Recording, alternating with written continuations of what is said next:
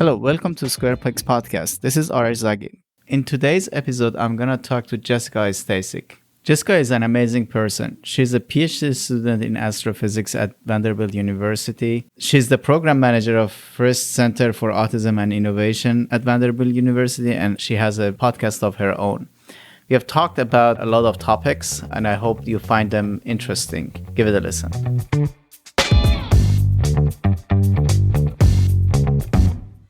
Thank you very much, Jessica, for agreeing to be a guest on this podcast. I really appreciate that. When I reached out to you and asked you to help me to disseminate the podcast and inform other people about that, and I asked you to let me know if you know someone in grad school who has autism and is willing to be a guest, and you say, oh, I want to be a guest. I can be a guest. Oh, amazing. So I'm very happy that we are doing this. So I will let you to introduce yourself. I'm sure I'm not going to do justice. And please go ahead. Okay, sure. So I'm Jessica Schonhut-Stasik. I am a graduate student of astrophysics at Vanderbilt University. And I'm also the project coordinator for the Frist Center for Autism and Innovation, which is housed in the School of Engineering at Vanderbilt University. I am also my own podcast host and a bunch of other hats that I wear. But my two main jobs are PhD candidate and project coordinator. And I hope we get to talk about all of those a little bit. Before we start recording, we got to chat a little bit, and I'm really impressed by the breadth of the work that you're doing. I'm very curious to know about your PhD work. I've always been amazed with astronomy, so I want to know more what your research is. Absolutely. I could talk about astronomy all day until the cows come home, but I'll tell you specifically about what I work on, because it is a very broad, obviously. So what I do falls under the subtopic of galactic archeology. So there's an argument here that it should be called galactic paleontology, but we'll call it galactic archeology for now. So essentially, what we do is we use the stars as a fossil record, much like an archaeologist would use fossils as a fossil. Well, a paleontologist would use fossils as a fossil record to determine evolution and formation within the Milky Way. So how did our Milky Way form? What did those different aspects of evolution look like? Were stars accreted from other galaxies when we had galaxy mergers? And, the kind of be all and end all question there is, how did we get here? Like what brought us to this galaxy at this time? I work mostly with what we call red giant stars. So these are stars that are older than our sun and have stopped burning hydrogen in their cores. So they start to evolve and kind of balloon out. Their radius greatly expands, and they end up in a part of the kind of space, the graphical space that we call the HR diagram. They end up in a place called the red giant branch. And they're very good in terms of a fossil record. So we use lots of different measures in galactic archaeology. We use a measure called astroseismology, which is where we listen to the pulsations of a star, the intrinsic oscillations that a star has. And that can give us things like the age of the star and the mass of the star. And then we use a measure called spectroscopy, which is how I describe it is kind of smelling the star. And that's how you work out what elements the star's made of. And then finally, we use a measurement called astrometry, which is the exact position and movement of the stars. So from that, we can get what we call their kinematics and their orbital parameters. So where they came from, how they're orbiting around the central supermassive black hole, whereabouts in the galaxy they are. And with all this information together, we can talk about how the galaxy formed and evolved. That's the quick answer. Awesome. So for me to feel less anxious, I have a question.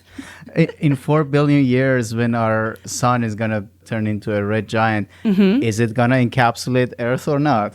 Yes, it will. But I feel like this could go one of two ways. I feel either we will have already done ourselves in and it won't matter, or we will have all come together in a peaceful society and been able to move to a more hospitable planet because we will have put our money and our energy where it needs to be. So those are the options, guys, as I see it.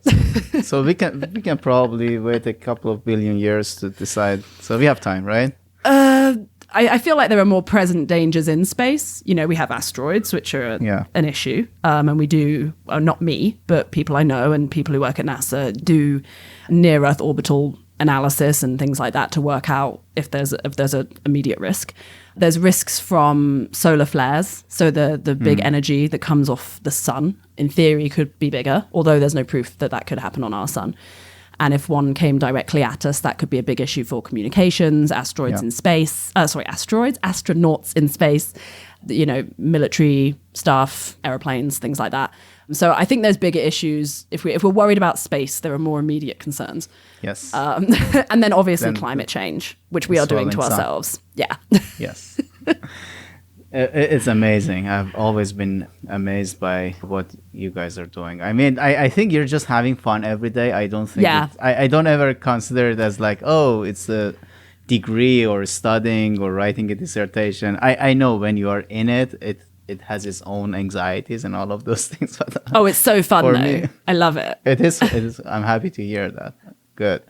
So, Jessica, typically for our listeners to know you better, how you end up here, we start chronologically. We start from your primary school even. And then we move to the current time. And I want you, when you're telling us about your experiences, again, like sometimes it's difficult to remember things accurately, but if you can think of both challenges and yet at the same time those unique strengths that you were aware of when you were in primary school. Let's start from primary school related to autism, if you can start by that. Sure. So I only just came into my neurodiversity at 29. I'm 32 now, to age myself. So as a child, I didn't know I was autistic, but I was always aware that I was odd. But I grew up in the 90s, and there was this kind of prevailing opinion at the time that girls don't get autism. So I think that was, there were quirks, there were weirdnesses, and there were kind of idiosyncrasies in my behaviors, but I don't think they were ever attributed to learning deficits, especially because I excelled in academia. So in primary school, there's not really much to say. The main memory I have from primary school that was really affected me wasn't actually primary school. It was when my dad passed away. So he passed away when I was 9. And that was really like a key moment in my life. And that's what a lot of my young life was defined as. Before that, you know, it was me, my mum and my dad. I'm an only child. And I had a very happy, very normal childhood because I was, you know, fortunate. I grew up in England and I came from a, you know, fairly well-off upbringing. So I never really, didn't have any of those kinds of struggles. So after primary school, I went to high school or secondary school, as we call it in the UK. And again, that was, you know, fairly uneventful in terms of my academics. I always did really well. I was definitely like a chatty kid, and I would always get called up for being too talkative or too distracted. And those are things that, yes, I could probably point now to being either autistic or ADHD traits. I'd probably classify myself as ADHD, you know, having some of both of those traits. But I also think for the most part, I was understimulated. I just didn't, you know, the typical kind of smart kid not being pushed kind of thing. And I'm not here saying that I was an incredibly smart kid. I was definitely not the top of my class or anything, but I also didn't really feel the drive to apply myself. And I didn't have incredibly good teachers, especially not in science. I detested science. I really didn't get on well with my teachers. So, tell more about that. Not attractive? I mean, it was boring. I liked the ideas around science. I was very into like watching documentaries, and like I loved astronomy and kind of I always really liked the science that I would be able to do if I got through the science of school and college, you know, like the basics that you have to learn to get on to doing the stuff that I'm very fortunate to get to do now were just so boring to me that I didn't want to apply myself to them. So I didn't actually go into science. I went into music. When in England, you graduate high school at 16 and you go to what we call college, which is a 2-year program, which is either within your school or outside. I went to an outside college where you essentially kind of try your hand at different things. We do this program, it's called your A-levels. So I guess it's kind of like a GED or similar here, where you pick a certain number of subjects and you try them. And I actually really like that process because I think and then you go and specialize when you go to university at 18. And I think that's nice because it's kind of this stopgap between school and university that kind of prepares you. So that was when I started really falling in love with music. And I found music very much as an escape. And again, looking back on it, I see it now that I have a lot of sensory issues. I had a lot of issues with just like communication. And I was always very social, but like I never really felt like I fit in. And music was a real escape. So I know that there are a lot of listeners that they may have challenges. They may not really associate it with autism or any other type of neurodiversity. For that reason, I want to ask you to think about a few very clear examples and very subjective experiences. The more subjective it is, the better, actually, because then people relate to your experiences, our listeners. So if you can think about a few of those and those moments, if you can tell us some stories about like that instances that you felt awkward or you lost your faith in, if there was any moment like that, or any relationship with friends, with teachers at school, your performance, if you can give us some specific. Yeah, I can definitely speak to it academically. There's one story I remember that, thinking back on it now, I can definitely relate it to my neurodiversity. When I went to college, one of the, like I said, you kind of try your hand at a lot of things, and I decided to do law. And so you would do these 2 years worth of law courses essentially, and it would prepare you in theory to go to law school. And in my first year, I got like a C. It wasn't good. And I remember the instructor saying to me, you're a really good problem solver. I am very good at problem solving. I'm very good at kind of seeing a task and knowing the correct way to answer it, as in I'm good at taking exams, is the quick way to say this. But I wasn't applying myself because I was distracted. I was not interested necessarily. I didn't feel pushed or stimulated. But I remember that teacher saying to one of my friends, not actually saying to me, Jess is very smart, but she's very lazy. And that really rubbed me the wrong way because I wasn't lazy. It wasn't that I wasn't working. It's that I just wasn't like inspired. And I really need to feel inspired in order to do good work. I need to feel like valued and inspired in some way. And so the next year, I got the option to retake some of these exams that I had kind of not really cared about. And I decided to apply myself. And I got the top score in like all of my class. And I remember the teacher actually wrote me a card, like a greetings card. And I think I still have it somewhere. And it said in it, this is I can't remember exactly what it said, but she essentially said, this is the most surprising turnaround I've ever seen. And I realize now it was all because she had told my friend she thought I was lazy. And I was so angry by that because I really wasn't a lazy kid. I just wasn't stimulated. And that, probably speaks a little bit to neurodiversity, but probably does have roots in other things as well, because at the time I was misdiagnosed as depression anxiety. And in England, as much as it is here, but maybe even a little bit more, mental health is not approached in the way it should be. And it's very much like we don't talk about our emotions, we don't discuss our feelings, which might be a British trait now that I think about it. Why do you think it is universal? It puzzles me. Because I see it, I've lived in America for 10 years now, and I do see it here as well.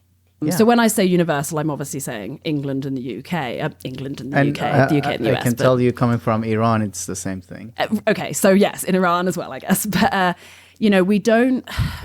mental health is a stigma, right? It still is, unfortunately, despite the fact we have made these great strides. And although I see it a lot less in the US, like people are a lot more willing to talk about their feelings and talk about how the struggles they're having. And I think that's the difference between the US and the UK, at least, is a cultural thing, which is funny because when you emigrate from one very English-speaking country to another, you don't really think there's going to be that many cultural differences. But that was one that I did notice, is that people were a lot more open here to be like, so what's going on with you? How do you feel? And that probably just speaks to the culture of British being very stiff upper lip and, getting on with things. And that's something that British seem to pride themselves in. I think it's different now than when I was growing up. And it definitely is different for me than it was in like my mum's time. But that's probably why I avoided my mental health for a long time and didn't even start to think about neurodiversity. I didn't hear the word neurodiversity until I moved to the US. Interesting. Yeah. When you, as a student, I want to get a better picture. Sure. But as a student, when you feel depressed, in US, I kind of know what different approaches families may take toward that. But in UK, is there just like take it in, go on with it, you're going to get better? Is that? Yeah, you got it. Yeah, it's not, and I would never say that my mum didn't, because it really was just me and my mum growing up, and I would never say that she didn't care. She cared, she loved me deeply. She still, I say loved, she loves me deeply. She's still around. Yes. But I think it was partly, she was maybe concerned that, if I let myself fall into it too much, or I let myself get to identify with my depression too much, that it would suck me in. And so she would say things like, oh, you'll be fine, or, oh, don't worry about it, or, oh, just be happy. Those common things we hear, like when someone says, oh, I find it hard to get out of bed, people are like, well, have you just tried getting out of bed? Which is, which is the most ridiculous thing, because you would never say to someone with a broken leg, oh, maybe you should just fix your leg, So, and it was that kind of approach. And that was not specific to my mum, of course. That was just, I think that's just how the culture is there.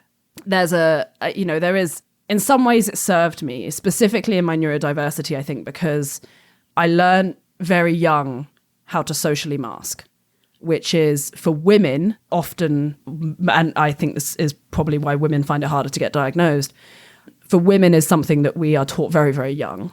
Oh, you have to make eye contact, you have to hug your auntie, you had those things. I didn't want to do any of those things, but it was not appropriate to not do those things. Like, oh, you need to socialize with your family, you need to have small talk, things like that I didn't want to do or didn't understand why we had to do.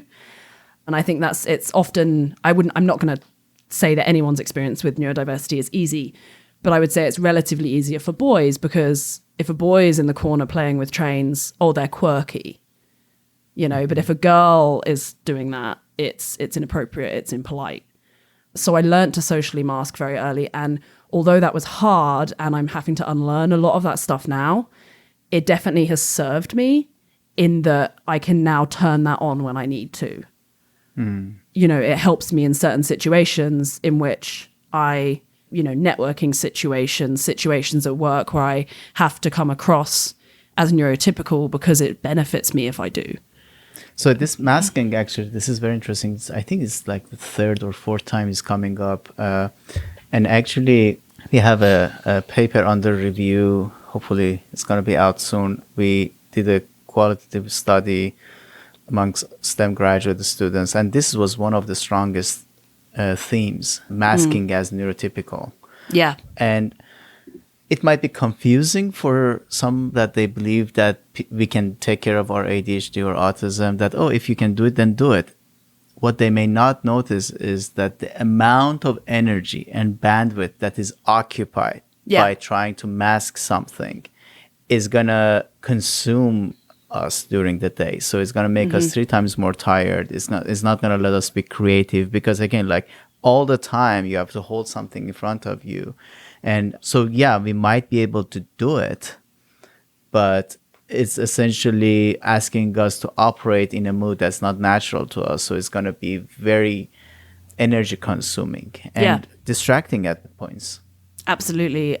I definitely think that, to give a real life example, when I learned about masking and when I realized that what I was doing was masking, and I started to think about that and started to put in parameters in my life that prevented me having to do it as much, my depression improved dramatically, my anxiety improved dramatically.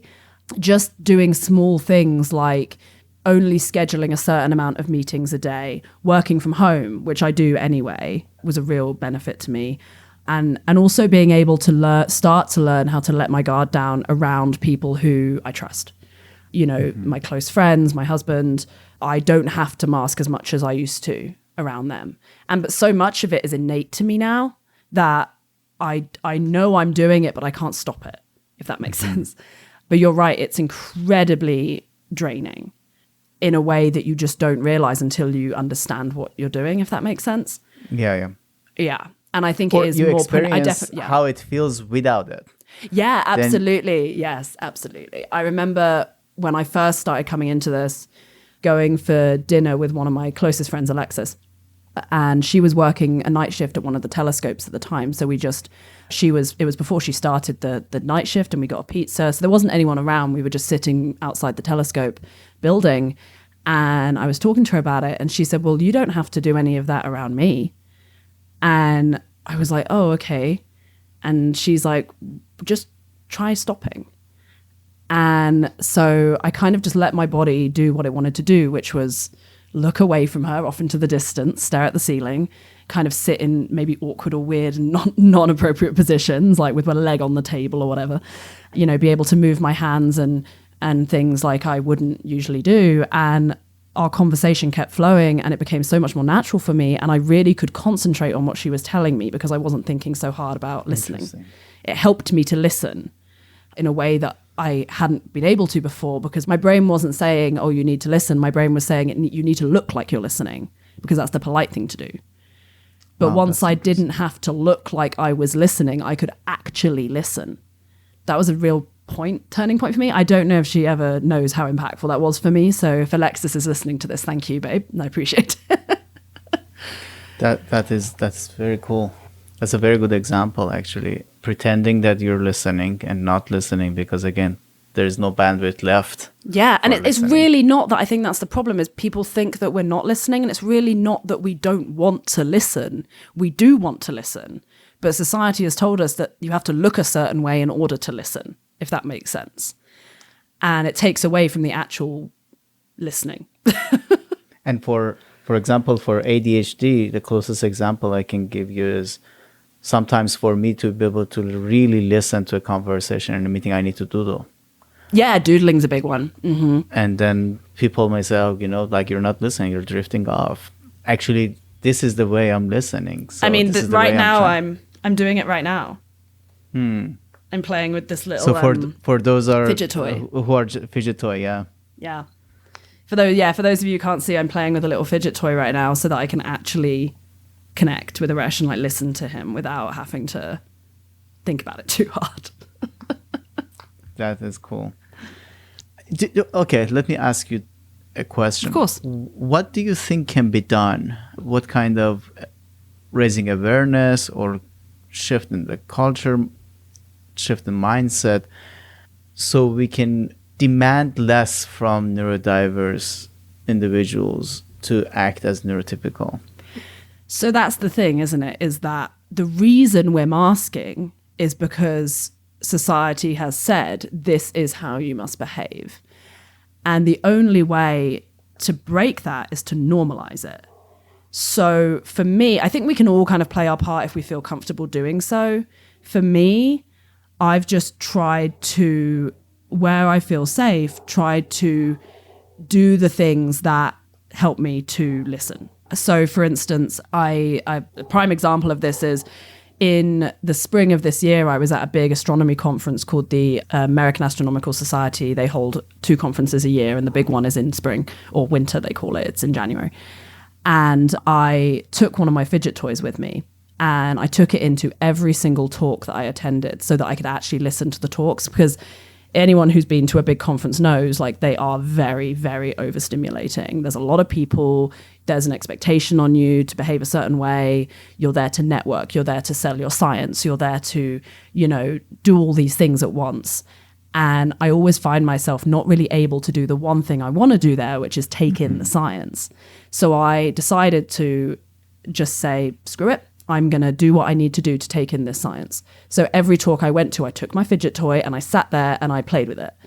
And at the beginning of the week, I noticed people looking at me like, is that woman playing with a child's toy? Because, I'm a 32-year-old woman sitting there in my suit, with my fancy hair and my bag and whatever, playing with this tiny pink plastic toy. I realized that the more I ignored that, the less it started happening. And then throughout the week, people started seeing me more. One woman came up to me and said, "Oh, I wish I had one of those right now." And I was like, "Go get one. You can get them at the grocery store." Like, just, because they're kind of popular for children right now. So you can kind of buy them everywhere. So I said, just go to the grocery store and buy one. Who cares? And I think I don't like putting the onus on the neurodiverse community because we already have enough to do. But if you feel comfortable and if you feel able, just making it clear that you will do what you need to do to thrive. And if that looks a bit weird, then screw it. Like, who cares what other people think? And I know that's not easy for everyone, and it's something that took me a while. But now I just wear it as a superpower. I wear it as an honor now to have this different frame of mind. And hopefully, eventually, people will just be like, "Oh, that woman has a fidget toy. Sure." It won't be weird. Same way that another person may have a pen. Yeah, a clicky pen or whatever yeah.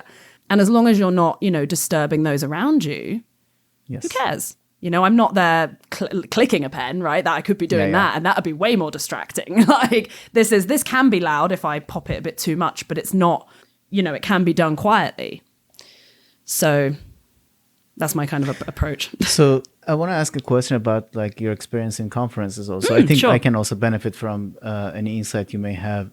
I've also experienced that I get overwhelmed quickly by the number of people around me and the fact that I have to be constantly alert and have this smiley face on and like be ready to have a conversation, smart conversation that also is genuine sounding and like leads to some exchange of, information at the end. For someone with autism, can you give us some insight into that, how a person with autism may feel in kind of these conferences of like 1,000, 2,000 people? Yeah, so I attend a lot of conferences and I actually really enjoy them, but that's through a process that I've now got down to a fine, I have a process now that is is necessary. So the first thing I would say to anyone who is attending a big conference and wants to kind of show up as their best self is prioritize your mental and physical health. When I go to a conference, I make sure I get enough sleep. I make sure that I see people who bring me joy. I make sure that I take downtime. And I make sure that even though I've outlined the schedule to be crazy busy and to go to everything I want to go to, as long as I hit maybe one or two most important things a day, if I end up having to go and take a nap, that's fine. The second thing is tools. So fidget toys. Another thing I always take with me is I showed you these in the pre-chat, my earplugs. So I have some earplugs by a company called Loop. They're really, really good. They work by reducing basically background noise, but it's done to a decibel level. I don't really understand it, but it's essentially just an earplug. What's nice is they fit really snugly in your ear. You wouldn't actually know anyone was really wearing them. And that really helps reduce background chatter and loud noises. So, sometimes at conferences you get a door slamming and you get, if someone doesn't hook up the mic properly and there's feedback. These are all things that can really send me into meltdown. And that greatly reduces the risk of that happening. So I'll put in my Loop headphones before I even leave the hotel. And I won't take them out until I get back. That's a game changer. So that's another tool. And then all the regular tools that you should suggest, like always being hydrated and making sure you've got snacks on you and all those other things that kind of can improve your physical and mental well-being for anyone at a conference, really. Right. And that's what I think is, when we're talking about tools, what I think is really interesting is a lot of the things I'm suggesting are actually really good for neurotypical folk as well, because we all get... That's very true. It goes back to that old mantra of a rising tide lifts all boats. I think everyone could benefit from these kinds of looking after yourself in these ways. So those are some tools. So the first thing, looking after yourself. The second thing, utilizing tools. And the third thing, just being really honest with people. I used to get scared of saying to people, I think, if I tell them I'm autistic, are they going to want to network with me? But actually, I found that the majority of times people are either really interested, because meeting academic or I'm not going to say successful. I don't think I'm at that level yet, but a working towards success, young-ish woman who is openly autistic is not normal. So people have questions. And I'm happy to answer those questions. And so I've actually found it kind of can improve my networking. And it also gives me the opportunity for when I am feeling it like it's just too much, I can get out my card and I can say, hey, I really want to continue this conversation, but I'm not going to be my best self right now. Can we Zoom? Can we have a chat after the conference? Can we get a drink tomorrow? Something like that. And generally I find that works. Everyone's tired. And if they really care about your conversation and what you guys are talking about, they'll want to follow up with you anyway. So I'll just give them my card. And it's also a benefit because sometimes you do get not very nice people who say things like, well, you don't look autistic, or, well, you just have to deal with it. And you know what? I don't really want to network with those people. I don't want to work with those people. So it gives you an insight into what those people are really like. That's very Look true. after yourself, use tools, don't be afraid to be honest. Those are my takeaways.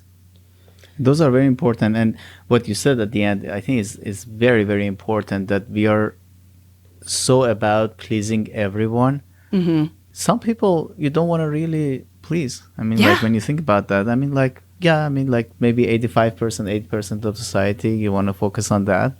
20%, let them be. Yeah. Not that they are good or bad people. No, we're just different. Yeah, exactly. The same way that you're not going to change minds of the people who are the complete opposite end of the political spectrum, right? And maybe I don't want to be very good friends with those people because our values don't align. And that's fine. They can go do their thing. And I'll try not to be upset about it. Head against a wall that I have to actually, that is what I have to do, or focus or change their mind. Exactly. I think it's just going to be a frustrating, unproductive process, honestly. Exactly. It's not good for anyone. No one enjoys it. So why bother?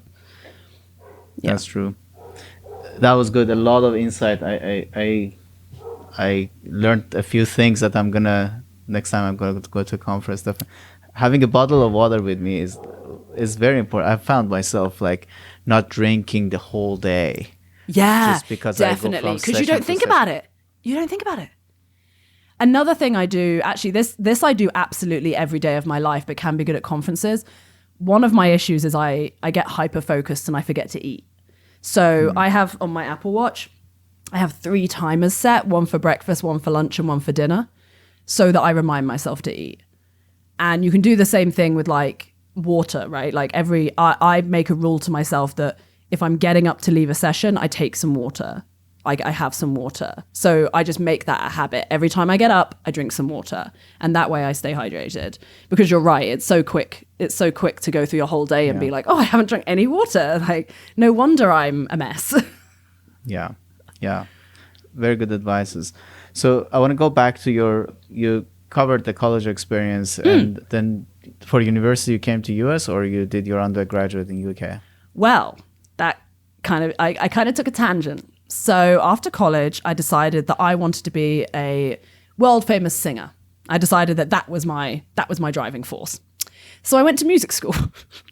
Nice. Much to the kind of confusion maybe of my mum and friends, because it hadn't been, I was always very into music. I'd go to music festivals and things like that, but I think they were like, what?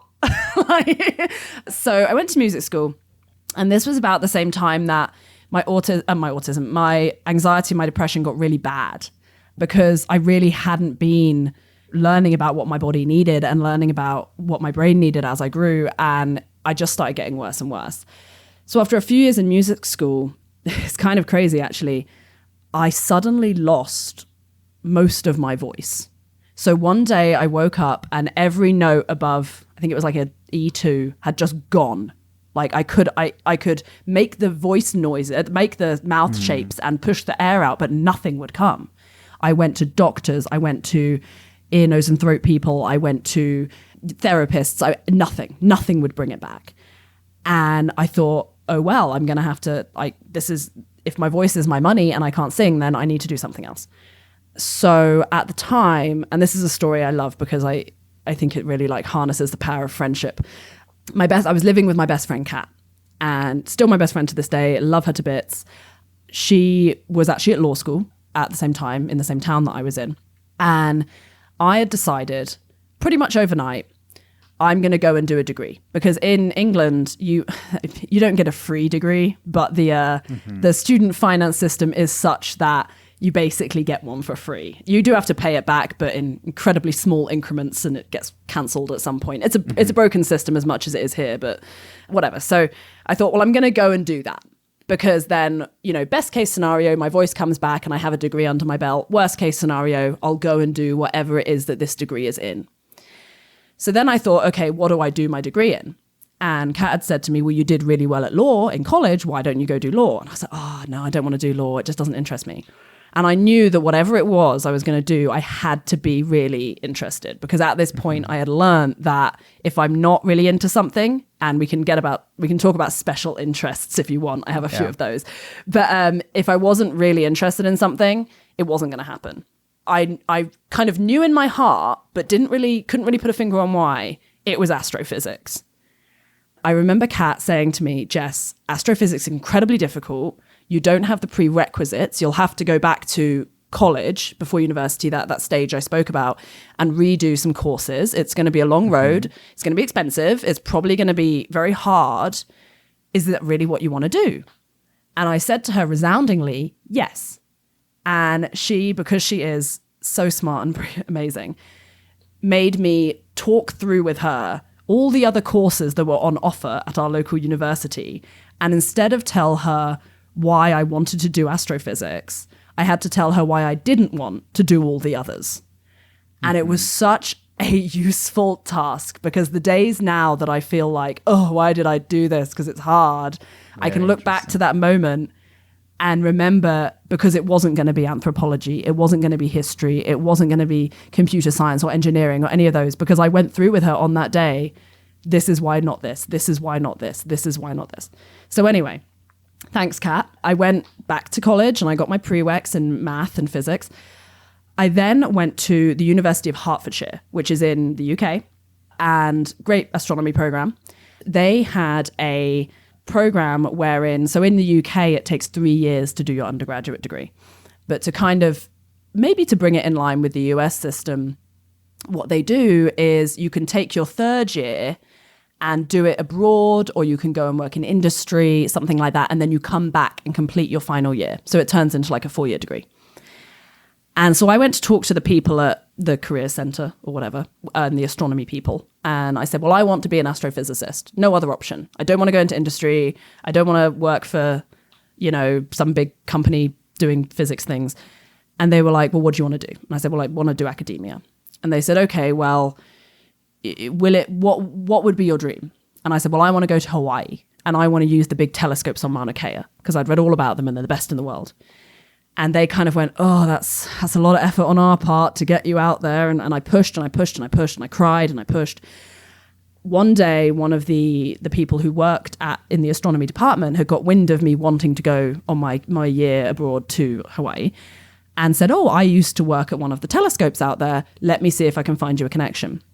Antonio Cristotomi, who was amazing again, and managed to get me a connection at the Institute for Astronomy in Hilo, Hawaii, which is on the Big Island, to do an internship. So that's how I got to Hawaii. I flew out. I started working with an astronomer here called Christoph Baranek, he builds this incredible instrument called RoboAO, which basically surveys stars incredibly quickly for lack of being able to go into this in detail. And I started working with him and I loved it. And 4 months into this process, I met my soon-to-be husband. And we sat down and I said, look, I'm going to have to go back to England to finish my degree. And he said, I really don't want you to do that. And I was like, well, I guess I stay here then. So we got married. And that was 8 years ago. So anyone who tells you that love at first sight and getting married within months of knowing each other isn't going to work, it somehow has worked for us. So it's not impossible. Nice. And I finished my degree remotely. And this was before COVID or anything. So, props to my university for allowing that. And then I did my master's at the IFA in Hawaii. And then I left the IFA to pursue my PhD with Keivan Stassun at Vanderbilt University, which is where I am today.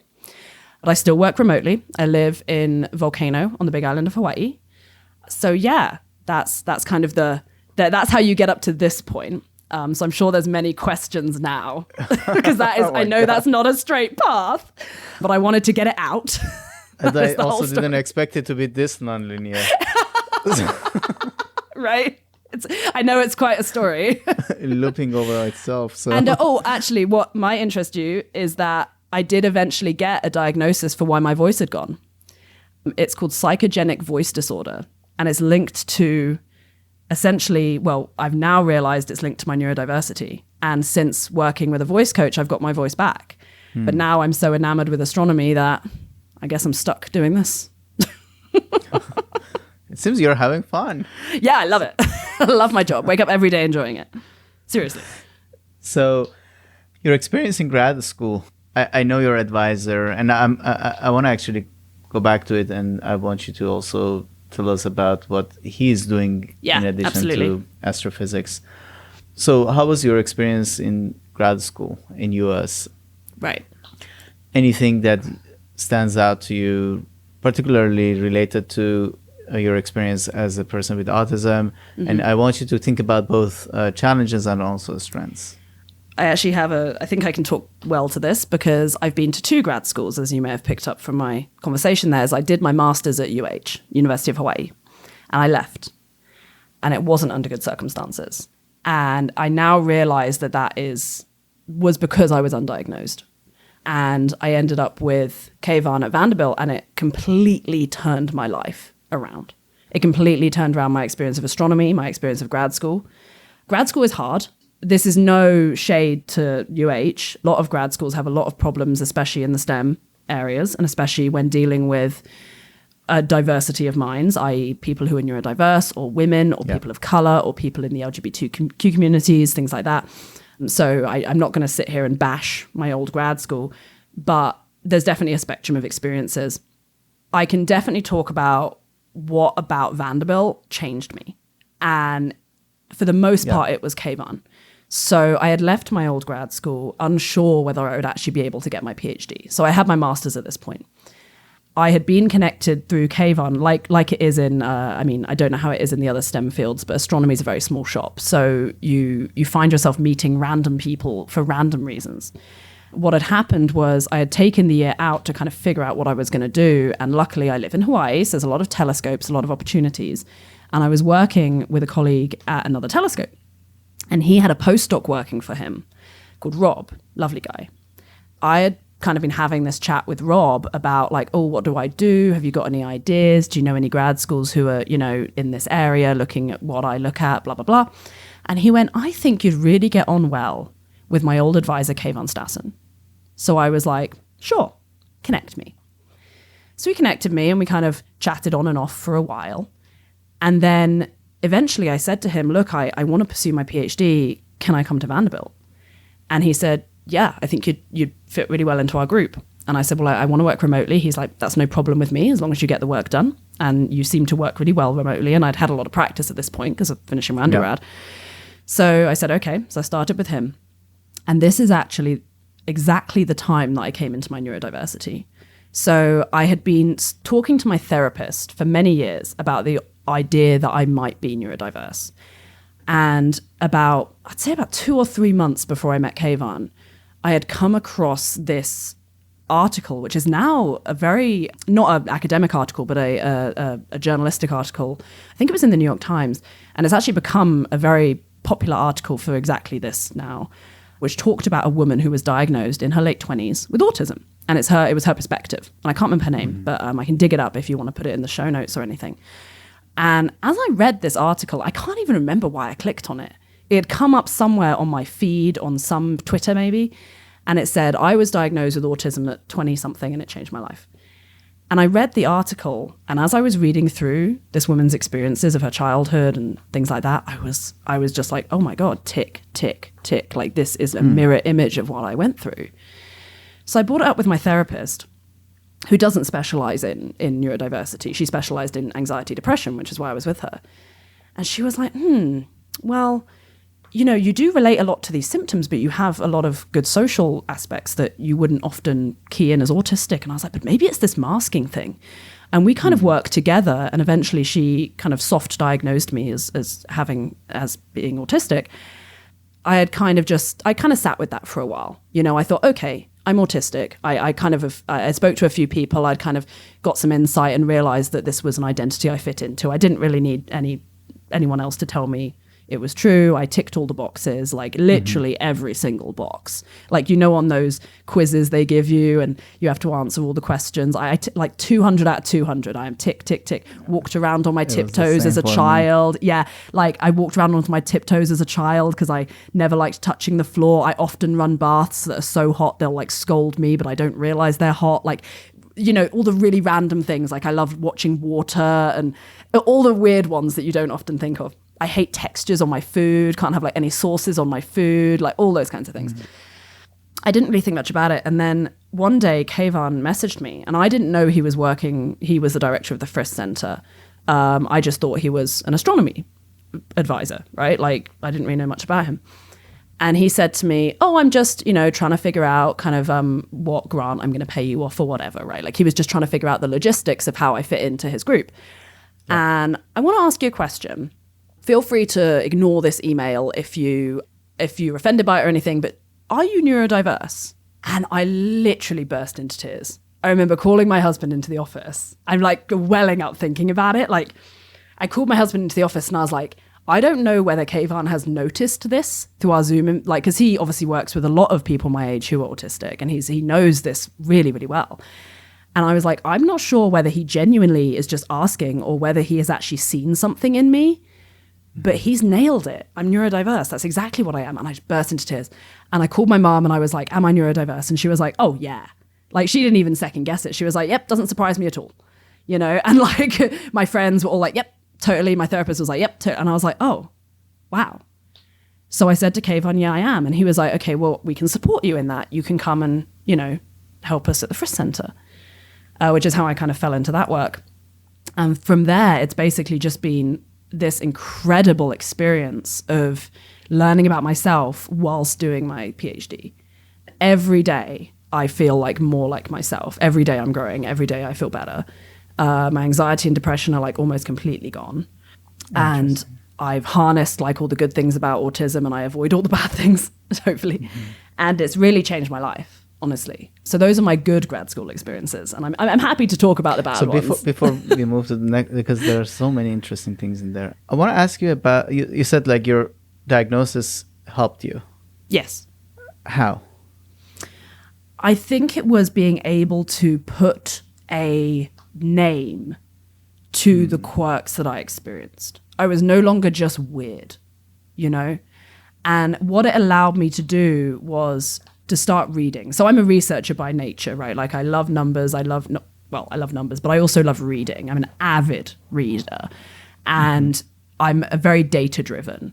I will, if someone tells me something, I'm like, where are the facts? Where are the statistics? Where is the data? And so once I'd received this diagnosis, I was like, okay, I need to learn about it. I need to learn about what this means for me. And at first I went through the things that I found hard and I figured out how to deal with them. And the more I started reading, the more I realized that, we come, and we spoke about this in the pre-chat, we come at autism often from a disability narrative, from a deficit-based perspective. But I started reading, with help from the Frist Center, about the strengths-based perspective and started realizing that a lot of the things that I thought were normal, that made me very good at what I do, are actually benefits of my neurodiversity. And the one I often cite is my hyperfocus. I have the ability to sit down and work for 6, 7, 8 hours straight without getting distracted and without being sad or bored or over it. Like I actually enjoy it. It stimulates me if I'm doing something I love. That's indeed superpower. Yeah, it's a superpower. And I just thought it was normal. I thought everyone did that, especially when you're in grad school and you're surrounded by people working hard. You don't really think that that's weird, right? But actually, after speaking to my friends who aren't autistic, I realized that that's a real struggle for them to focus for that long. And that's probably, I can name many superpowers, but that's one example.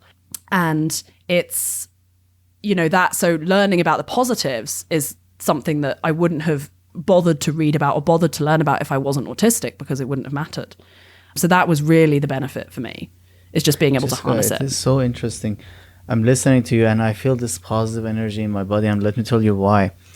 Although we are coming to this from two totally different kind of like experiences. Me with ADHD diagnosis, you with autism diagnosis. It is amazing how similar the experiences were after being diagnosed. I did exactly the same thing. I started learning about myself, and one thing that I happened to me automatically was stopping that self-blame. Yes. Yes, I resonate with that so much, especially in around productivity. Did you feel the same kind of thing? More for me, more was just like conflicting things. For example, like being able to solve math and physics problem at no time and struggling so much on like topics related to reading, writing, for example.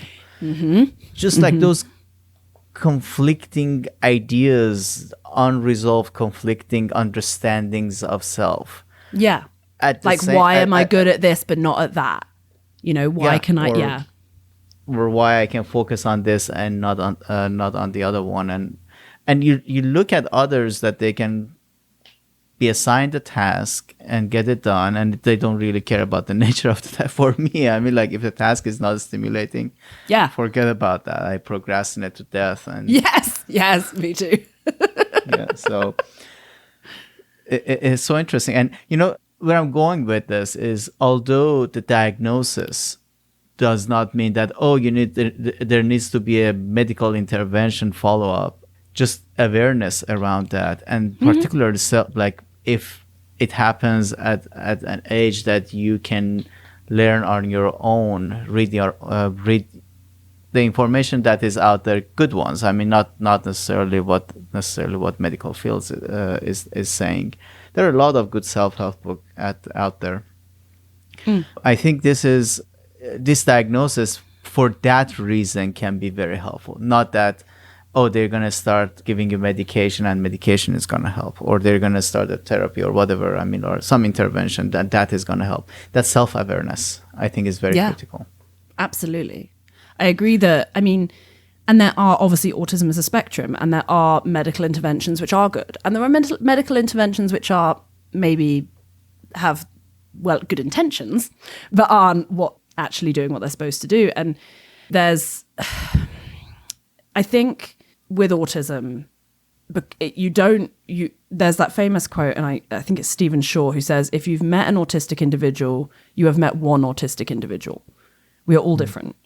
And some things that help me do not help my other autistic friends. And some things that help them drive me mad, which is why we can't approach it as a one-size-fits-all perspective. And I really like what you said. I really like kind of a holistic approach generally in life. Like, I think we should go into medical issues with a holistic approach. You know, it's no good throwing a drug at something if you're also not eating a good diet and exercising regularly and getting enough sleep. You know, like there's definitely...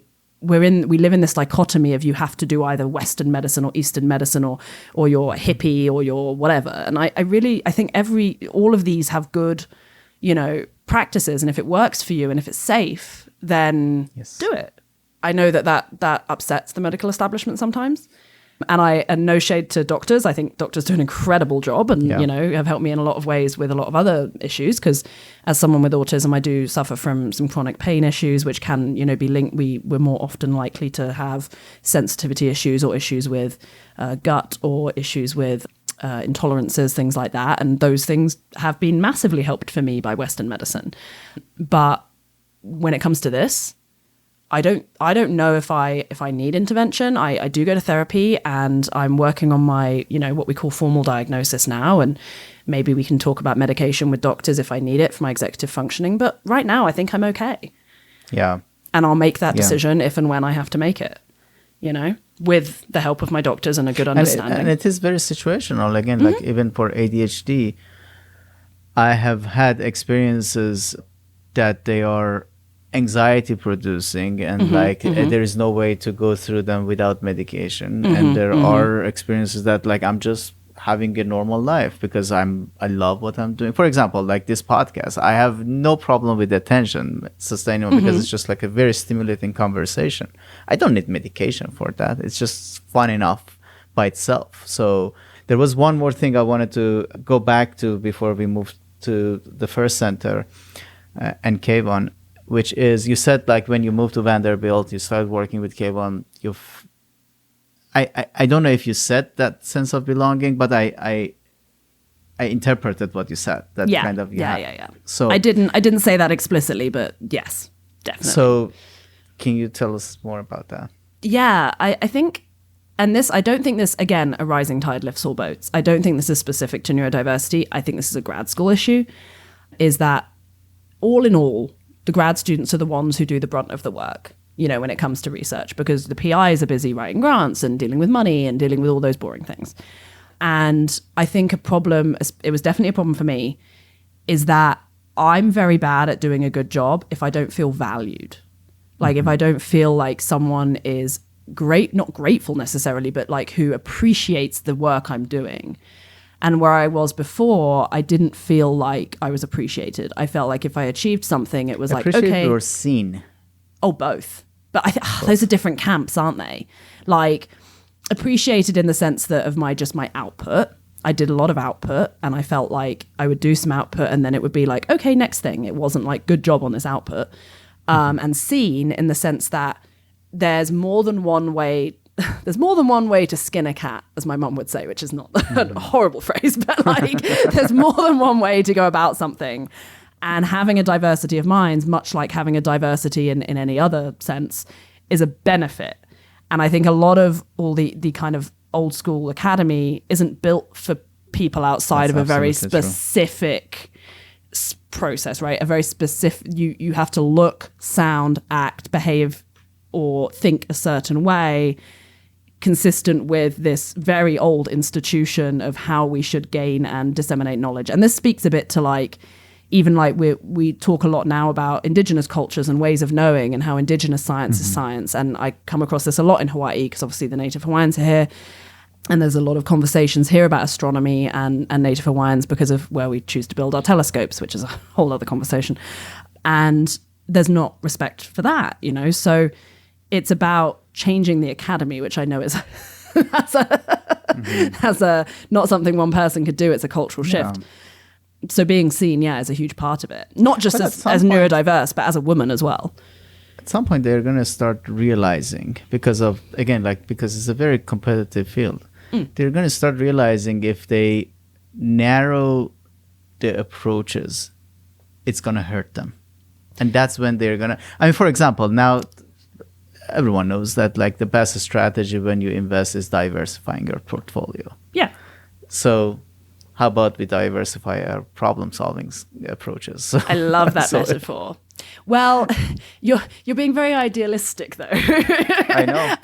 I think, despite the fact that the evidence and the science is there, and often we think, okay, well, then the scientists should look at this evidence and science and see it for what it is. I think there's an element of fear, right? People don't like change, and also some of the ideas about academia, which people think could strengthen it, for instance, abolishing tenure, are very scary. Right? To people who have that thing, because and I get that, that's a risk to them. It's very idealistic, and I agree with you, and I totally think we could burn it all down and build it again tomorrow, but that's unfortunately not what's going to happen. But hopefully you're right. Hopefully this will over time become better. Yeah, over time they're going to see that they're paying a price. For example, if a research team only is recruiting from certain population, from certain groups, with certain skills, they're going to realize that they're falling behind, essentially. The other people, they're doing cool stuff. And they're more attractive. This new generation, they want to have fun in what they're doing. So those groups are, I suspect, again, talking to a lot of younger kids now, they want to work in a diverse group, so they will not be able to continue recruiting high quality students if they want to keep it limited to certain type of skill color or mindset or cognitive style or things like that. So let's go to the Frist Center and Keivan. So sure. Keivan is a renowned astrophysicist, right? He is.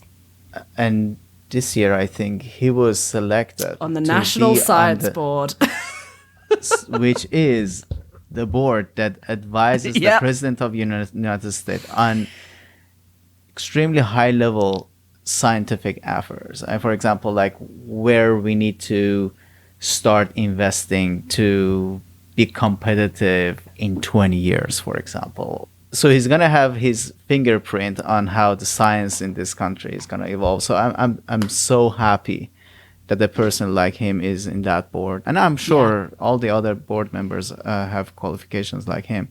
So that is about his qualifications as an astrophysicist. An amazing person he is, and I've had multiple interactions with him, and I've enjoyed every minute I've spent with him. But I want you to, maybe if you want to kind of add any information about him, and then say what his second job is and what he is. Yeah, I could talk about Keivan till the cows come home. And I get annoyed at my other grad friends who say they have imposter syndrome. And I'm like, have you seen my boss? Like, although to say that Keivan has never done anything that should, make me concerned about my imposter syndrome. It's just he's so accomplished that it's hard to believe I could ever match that. So yeah, you're right. He was chosen to be on the National Science Board this year, selected by President Biden. And so you explained that very eloquently, much better than I would have. He is a professor of astrophysics at Vanderbilt University in the physics and astronomy department. I also think he lectures in computer science, and he's got, many faculty awards and things like that for those things, and he does a great job of it. But he is also the founder and director of the Frist Center for Autism and Innovation. So this, I will not, it's not my job to tell his story personally, but my understanding is this mostly came about because his son was diagnosed autistic. I think the quote that I always think of when people ask me why I think Keivan did this was, he says that, he wouldn't change his son for the world, so he's going to change the world for his son. And I know, Keivan, amazing person. So he set up this center, and I am the project coordinator for it now. So I do a lot of social media, webinars, trying to get our message out to the public, working with partner organizations to essentially push our mission, which is, for lack of a better phrase, helping the transition between being someone who is young and neurodiverse into the workforce, because there is a gap there. So very often in elementary school or even in high school, there are quite good sets of accommodations for people who are autistic, on the spectrum, etc. But we often forget that autistic children grow into autistic adults.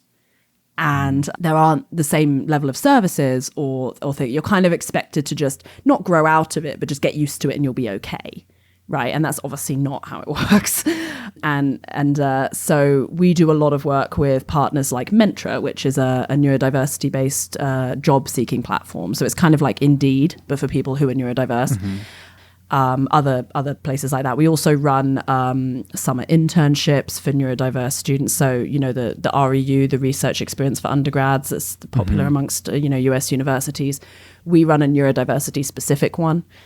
So we do kind of higher education stuff and things like that. We also have a program called the Neurodiversity Inspired Science and Engineering Fellowship. So I'm a fellow of that program, and it's grad students who are neurodiverse or who study neurodiversity. And we get a kind of graduate professional certificate alongside our PhD. So we attend particular classes about kind of designing for neurodiversity, things like that, engineering for neurodiversity. And I really like the cohort because it's about, I would say it's about half neurodiverse, half studying neurodiverse. So you have neurodiversity PhD students, and then you also have, so like I'm in astronomy and I'm neurodiverse. We have computer scientists who are neurodiverse. We have physics majors who are neurodiverse, things like that. Yeah, so that's a great program. We do a lot of partnership work as well. So a lot of kind of bringing people in for webinars to get their message out. And we work from purely a strengths-based paradigm. So, the superpowers paradigm, as I call it, although that's not the medical term. How can we help neurodiverse people thrive in the workplace?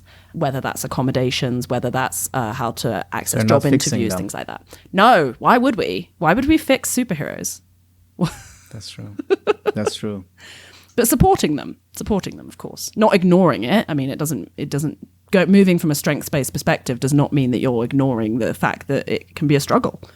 Of course. And that's very important because I've seen, and maybe actually we can talk about that a little bit, because I've seen that confusion whenever you think, I've been in conversations that when I talk about this being, or strength-based paradigm, some people, the immediate reaction is that, are you denying the challenges?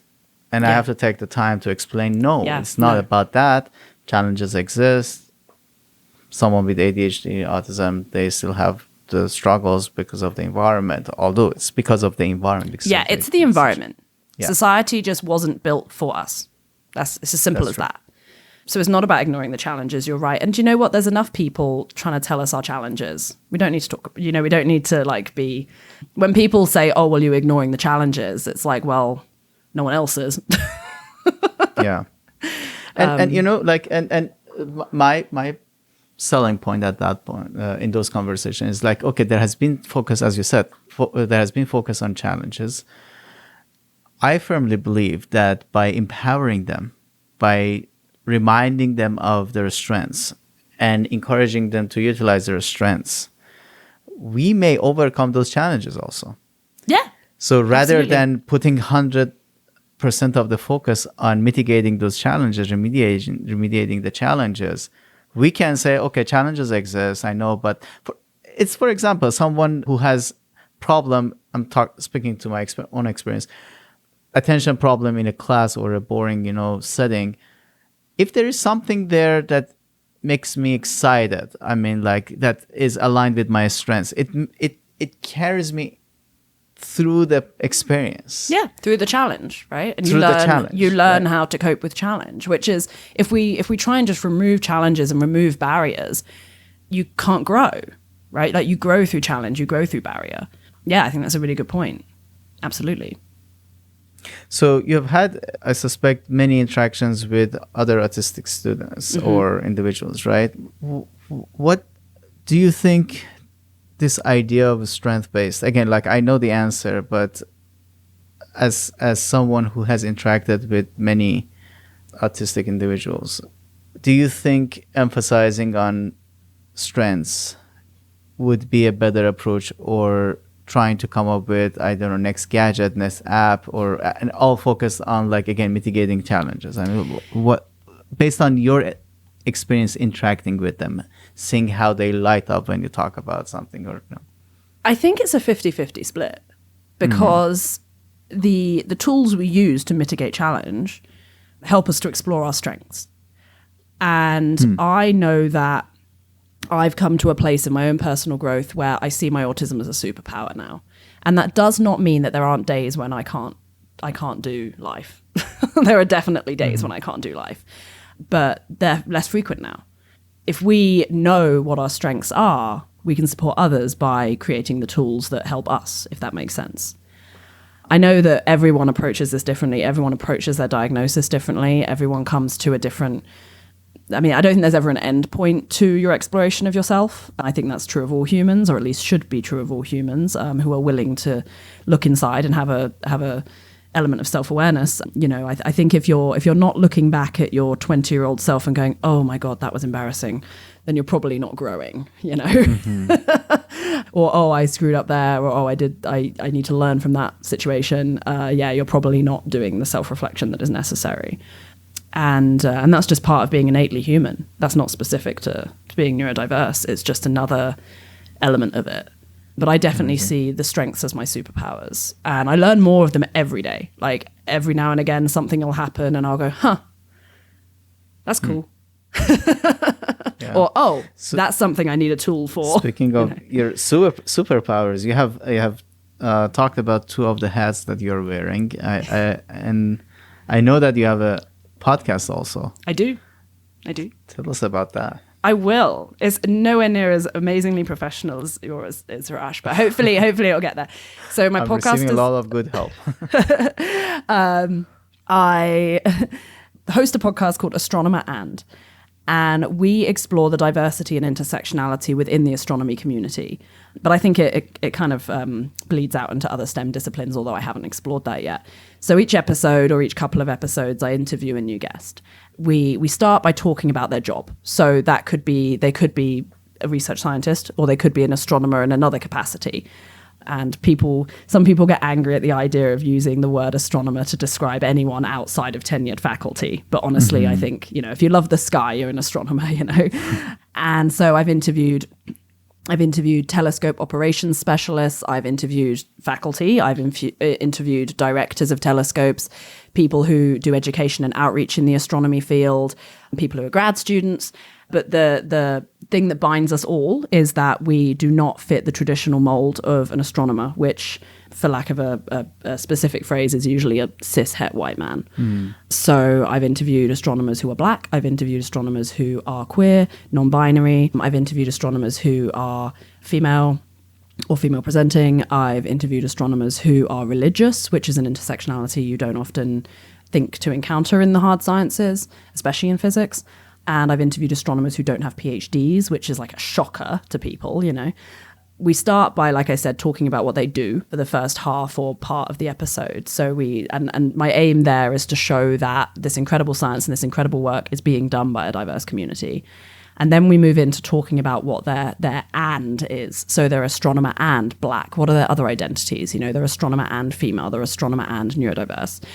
And we talk about both the benefits and the downsides to that, and how we can improve astronomy and, be allies in whatever that space is for our counterparts, because I understand as a white woman, a Western white woman, that I have a level of privilege that my female counterparts of color do not have.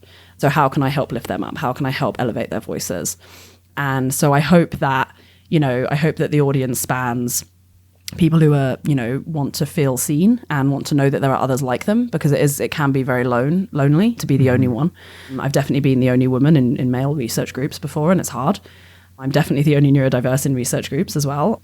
Immigrant is another one. I've interviewed immigrants, because that's a whole different kettle of fish, especially if you're a grad student.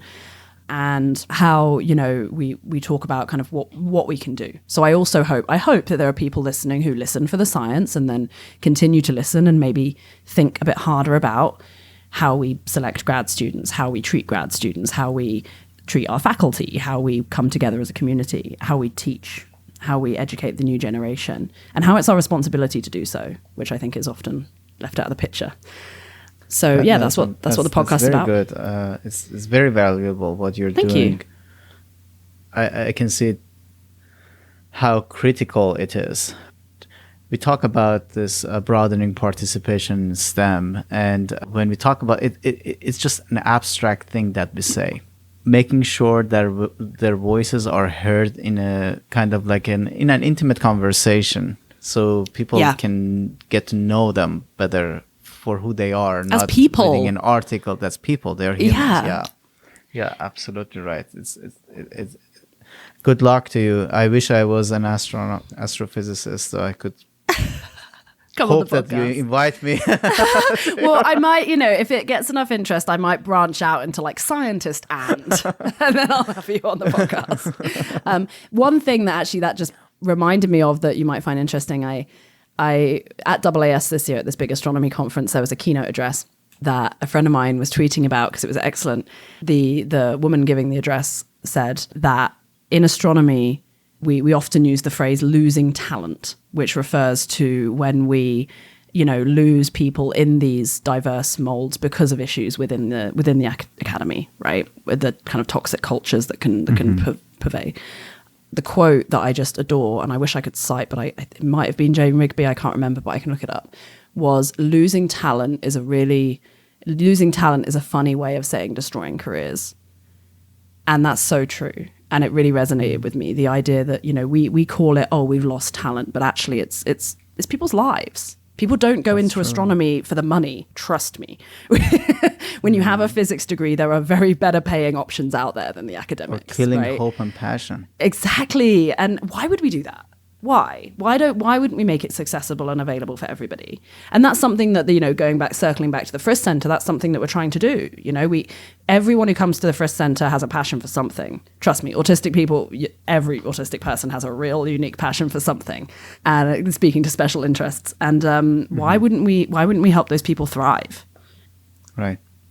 Yeah, there are some people that they are gatekeepers of some. It's just like so interesting when I think about that a field is defined this way and it should remain pure.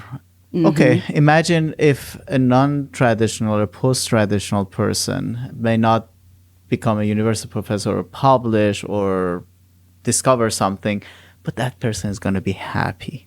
A happy person is going to do happy things in the world, so it's going to spread happiness. And also, just from a perspective of universities and output, be more productive.